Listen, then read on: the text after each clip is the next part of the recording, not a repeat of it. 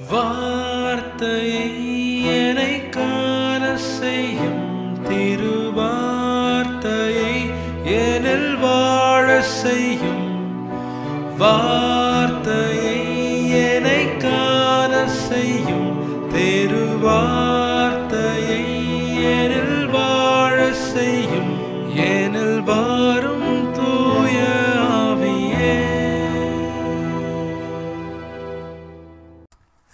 ஆண்டவர் உங்களோடு இருப்பாராக. புனித லூக்கா எழுதின நற்செய்தி அதிகாரம் 2:1-14 முடிய இறை வார்த்தைகள். அக்காலத்தில் அகஸ்டஸ் சீசர் தம் பேரரசு முழுவதும் மக்கள் தொகையை கணக்கிடுமாறு கட்டளை பிறப்பித்தார். அதன்படி சிறிய நாட்டில் குரேனியு என்பவர் ஆளுநராயிருந்தபோது முதல் முறையாக மக்கள் தொகை கணக்கிடப்பட்டது. தம் பெயரை பதிவு செய்ய அனைவரும் அவரவர் ஊருக்கு சென்றனர். தாவீதின் வழிமரபராகிய யோசேப்பும் தமக்கு மன ஒப்பந்தமான மரியாவோடு பெயரை பதிவு செய்ய கலிலியாவில் உள்ள நாசரேத் ஊரிலிருந்து யூதேயாவில் உள்ள பெத்லகேம் என்ற தாவீதின் ஊருக்கு சென்றார். மரியா கருவுற்றிருந்தார். அவர்கள் அங்கு இருந்தபொழுது மரியாவுக்கு பேறுகாலம் வந்தது. மரியா தம் தலைமகனை பெற்றெடுத்தார். விடுதியில் அவர்களுக்கு இடம் கிடைக்கவில்லை. எனவே பிள்ளையை துணிகளில் பொதிந்து தீவன தொட்டியில் கிடத்தினார். அப்பொழுது அப்பகுதியில் உள்ள வயல்வெளியில் இடையர்கள் தங்கி இரவெல்லாம் தங்கள் கிடையை காவல் காத்து கொண்டிருந்தார்கள். திடீரென்று ஆண்டவருடைய தூதர் அவர்கள் முன் வந்து நின்றபோது ஆண்டவரின் மாட்சி அவர்களை சுற்றி ஒளிர்ந்தது. மிகுந்த அச்சம் அவர்களை ஆட்கொண்டது. வானதூதர் அவர்களிடம், அஞ்சாதீர்கள், இதோ எல்லா மக்களுக்கும் பெரும் மகிழ்ச்சியூட்டும் நற்செய்தி உங்களுக்கு அறிவிக்கின்றேன். இன்று ஆண்டவராகிய மெஸ்ஸியா என்னும் மீட்பர் உங்களுக்காக தாவீதின் ஊரில் பிறந்திருக்கிறார். குழந்தையை துணிகளில் சுற்றி தீவன தொட்டியில் கிடத்தியிருப்பதை காண்பீர்கள். இதுவே உங்களுக்கு அடையாளம் என்றார்.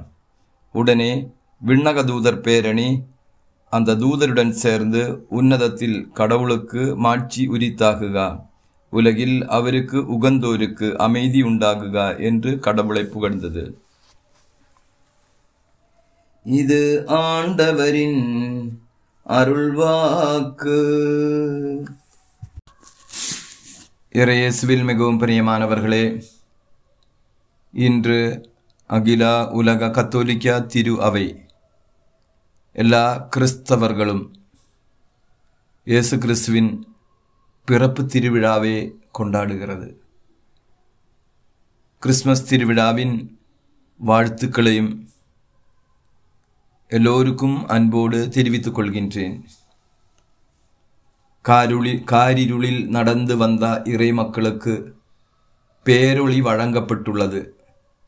அவர்கள் பேரொளியை கண்டார்கள். சாவின் நிழல் சூழ்ந்துள்ள நாட்டில் குடியிருப்போர் மேல் சுடர் ஒளி உதித்துள்ளது. இந்த சுடர் ஒளியானது ஆண்டவர் இயேசு கிறிஸ்துவே. பழைய ஏற்பாட்டில் எகிப்தின் அடிமைத்தனத்தில் வாழ்ந்து கொண்டிருந்த மக்கள் அழுது புலம்பினார்கள். அடிமைத்தனத்தில் வீட்டில் இருந்தார்கள். அவர்களுக்கு கடவுள் அந்த இல்லத்திலிருந்து விடுவிக்கும் செய்தியை அறிவித்தார் மோயிசன் வழியாக. அவர்கள் பேரச்சத்தில் வாழ்ந்த மக்கள் கடவுளுடைய விடியலை கண்டார்கள். இயேசு கிறிஸ்துவனுடைய பிறப்பு இந்த மண்ணகத்திற்கு விடுதலை தருகின்ற, ஆசீர்வாதம் தருகின்ற, அடிமைத்தனத்தின் வீட்டிலிருந்து அவங்களை விடுவிக்கின்ற ஒரு செய்தியாக இருந்தது. லூக்கா நற்செய்தி 4 அதிகாரம் 16 இறைவசனத்திலே ஆண்டவரின் ஆவி என் மீது உள்ளது, கட்டுண்டோரை விடுவிக்க, நோய்வாய்ப்பட்டோரை குணப்படுத்த, சிறையின் சங்கிலிகளை உடைத்து அவர்களை விடுவிக்க, அருள் தரும் ஆண்டினை அறிவிக்க கடவுள் என்னை அனுப்பியிருக்கிறார். அப்ப ஏன் கிறிஸ்து இந்த மண்ணகத்திற்கு அனுப்பப்பட்டார் என்று கேட்டால், மண்ணகத்தின் சங்கிலிகளை உடைத்து இறை மக்களுக்கு தெய்வீக அபிஷேகத்தையும் தெய்வீக ஒளியையும் பெற்றுத்தந்து அவர்களது வாழ்க்கையை புதுப்பிப்பதற்காகவே. ஆதலால் பல ஆண்டு காலம் ஆடுகளை மேய்த்து நடந்த இடையர்கள் அவர்களுக்கு தெய்வீக அன்பு, தெய்வீக ஆற்றல், தெய்வீக ஒளி அவர்களுக்கு வழங்கப்பட்டது. ஆண்டவருடைய பிறப்பின் செய்தியை முதலாக அறிவிக்கப்பட்டது இந்த இடையர்களுக்கு தான். உலகத்தின் கண்ணோட்டத்திலே தகுதி இல்லாதவர்கள், ஏழைகள். ஆனால் இவர்களுக்கு ஆண்டவருடைய பிறப்பின் அறிவிப்பே தெரிவிக்கப்பட்டது. இயேசு கிறிஸ்து பிறந்திருக்கிறார் என்ற செய்தியை கேட்டவுடனே அவர்கள் நம்பிக்கையுடன் அவர்களை தேடிச் சென்றார்கள். காரணம், இந்த மண்ணகத்தின் சிந்தனைக்கு ஏற்றாற் போல அவர்கள் ஒதுக்கப்பட்டவர்கள், மாற்றி நிறுத்தப்பட்டவர்கள். கிறிஸ்து பிறந்திருக்கிறார், அது உங்களுக்கு ஒளிதா, உங்களுக்கு அபிஷேகந்தா என்று அவர்கள் கேள்விப்பட்ட உடனே தங்களுடைய வாழ்க்கையின் சுமைகள், தங்களுடைய வாழ்க்கையின் விபரீதங்கள் விலக்குவதற்காக, தங்களை உயர்த்துவதற்காக ஒரு மீட்பர் பிறந்திருக்கிறார் என்ற அந்த எண்ணத்தினாலே அவர்கள் இயேசு கிறிஸ்துவை தேடிச் சென்றார்கள். தேடிச் சென்ற பொழுது அவர்கள் மாட்டுத் தொழுவத்தில் தீவனத் தொட்டியில் கிடத்தியிருந்த குழந்தையை கண்டார்கள். அவர்கள் தெய்வீக அபிஷேகம் பெற்றுக்கொண்டார்கள். அந்த தருணத்தில் விண்ணகத்திலிருந்து தூதரணி, உன்னதங்களிலே கடவுளுக்கு மகிமை, மண்ணுலகில் அவரை தேடிச் செல்வோருக்கு, அவருக்கு உகந்தோருக்கு அமைதி உண்டாகுக என்று கடவுளை புகழ்ந்து பாடினார்கள். ஆதாம் ஏவாள் பாவம் செய்த பொழுது கடவுளுடைய மகிமை அவர்கள் வெளிப்படுத்தவில்லை. கடவுளுடைய மகிமைக்கு ஏற்றாற் போல அவர்கள் தங்கள் எண்ணங்களை, சிந்தனைகளை கடவுளுக்கு ஒப்பு கொடுக்கல. அதனால கடவுளின் மகிமையே தேடாமல் இருந்ததுனால மண்ணகத்திற்குள் பாவம் நுழைந்தது. ஆனால் இயேசு கிறிஸ்து பிறந்ததினால, இயேசு கிறிஸ்து கடவுளின் திட்டத்திற்கு தன்னை ஒப்பு கொடுத்ததினால, பரிசுத்த மாதா இதோ ஆண்டவின் அடிமை என்று தன்னுடைய சொந்த எண்ணங்களையும் திட்டங்களையும் மறந்து கடவுளுக்கு தன்னை அர்ப்பணித்ததினால, கடவுளுக்கு கீழ்ப்படிந்ததினால உன்னதங்களின் கடவுளின் மகிமை மண்ணகத்தில் கடந்து வருவதற்கு அது காரணமாக மாறியது. ஆதலால் யாரெல்லாம் இந்த மண்ணகத்தில் கடவுளுடைய மகிமை தேடுகிறார்களோ அவர்கள் வழியாக கிறிஸ்து இந்த மண்ணகத்தில் கடந்து வருவார்.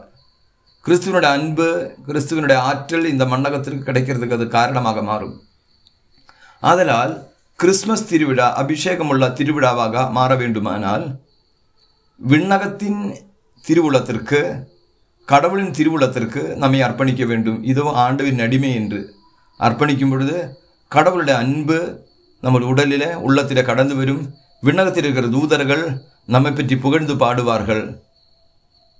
உன்னதத்தில் கடவுளுக்கு மகிமை என்று அவரை புகழ்ந்து பாடுவார்கள். இந்த புகழ்ச்சி பாடல் பாடும் பொழுது சகல மனிதர்களுக்கும் அமைதி கடந்து வருவதற்கு இந்த புகழ்ச்சி பாடல் காரணமாக மாறும். அதனால கிறிஸ்மஸ் திருவிழா நாளில் நாம் ஆண்டவரிடம் ஜெபிப்போம். நிரந்தரம் உன்னதத்தில் இருக்கிற கடவுளை மகிமைப்படுத்தக்கூடிய அபிஷேகமும் ஆற்றலும் எங்களுக்கு தாரும் என்று ஒரு முறை கூட எல்லாருக்கும் கிறிஸ்துமஸ் திருவிழாவின் வாழ்த்துக்களை தெரிவித்துக் கொள்கிறேன். ஆமேன்.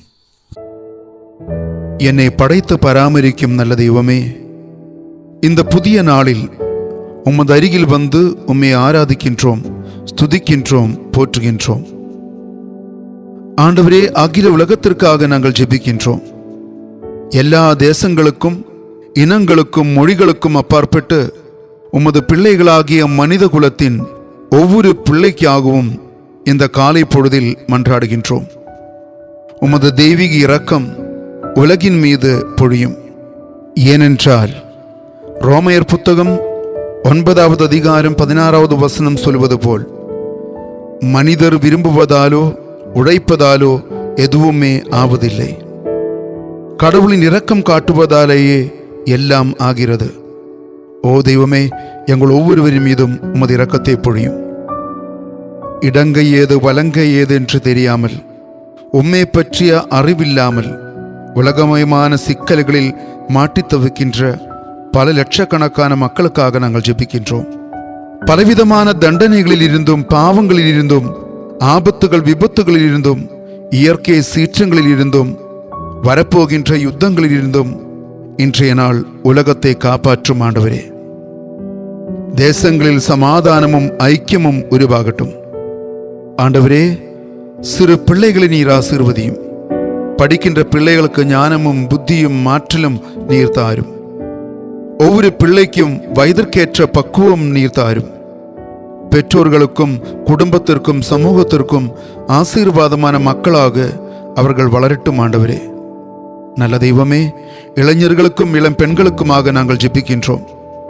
பலவிதமான அடிமைத்தனங்களில் வாழுகின்ற மக்கள், போதையின் அடிமைத்தனம், இன்டர்நெட் அடிமைத்தனம், இச்சையின் அடிமைத்தனம், தகாத தொடர்புகள், இப்படிப்பட்ட அடிமைத்தனங்களில் இருந்தும் அழுக்குகளில் இருந்தும் மக்களை காப்பாற்றும். ஆண்டவரே, குடும்பங்களில் சமாதானம் நிரம்பட்டும். ஆண்டவரே, கணவன் மனைவி உறவுகளை ஆசீர்வதியும். பொருளாதார தேவைகளை பூர்த்தி செய்யும். நோயாளிகள் குணமாகட்டும். வேலையில்லாத மக்களுக்கு வேலை வாய்ப்புகள் உருவாக்கி தாரும்.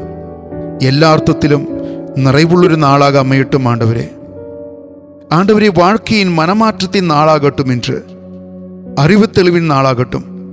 கடவுளை தேடி அர்த்தமுள்ள வாழ்க்கைக்கு இன்றைய நாள் துவக்கம் குறிக்கட்டும். ஆண்டவரே, பெரிய பெரிய எதிர்பார்ப்புகளோடு ஆண்டவரின் அருகில் வருகின்ற ஒவ்வொரு மகனுக்கும் மகளுக்கும் மகிழ்ச்சியும் சௌக்கியமும் விடுதலையும் அனுபவிக்க வரம் தாரும். ஆண்டவரே, இந்த ஜெபங்கள் அனைத்தையும் எங்கள் ஆண்டவராகிய கிறிஸ்து வழியாக உம்மை மன்றாடுகின்றோம். ஆமேன். ஆண்டவர் உங்களோடு இருப்பாராக. எல்லாம் வல்ல இறைவன், தந்தை, மகன், தூய ஆவியார் உங்கள் ஒவ்வொருவரையும் நிறைவாக ஆசீர்வதிப்பாராக. ஆமேன்.